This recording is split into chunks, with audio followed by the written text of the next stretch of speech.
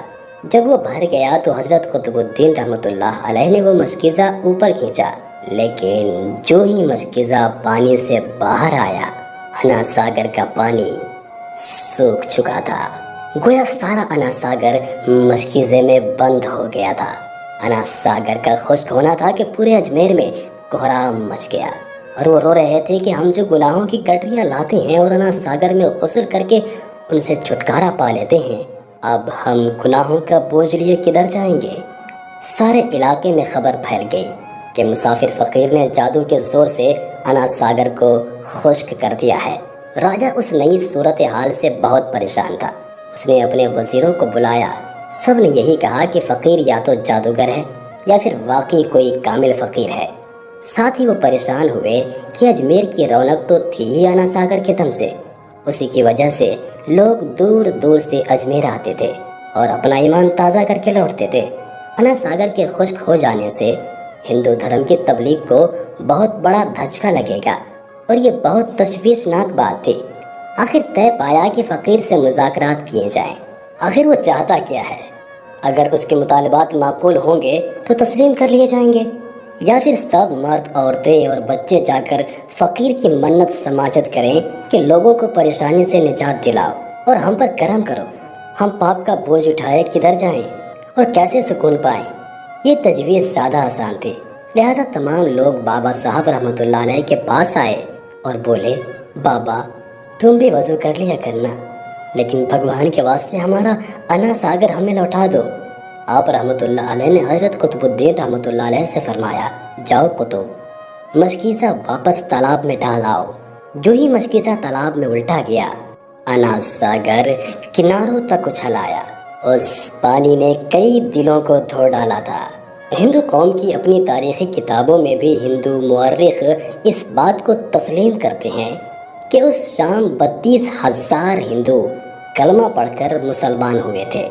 ان ہندوؤں کے مسلمان ہو جانے سے ہندو پنڈتوں اور عام ہندوؤں میں بھی غم و غصہ کا طوفان اٹھ کھڑا ہوا تھا۔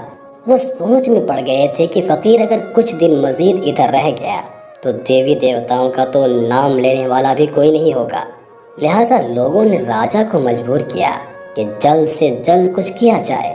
راجہ نے مندر کے بڑے پنڈت رام دیو کو بلایا اور اس سے بابا صاحب رحمۃ اللہ علیہ سے مناظرہ رکھ کر جلد سے جلد انہیں ہرانے کو کہا اور اجمیر سے باہر نکال دینے کا حکم دیا۔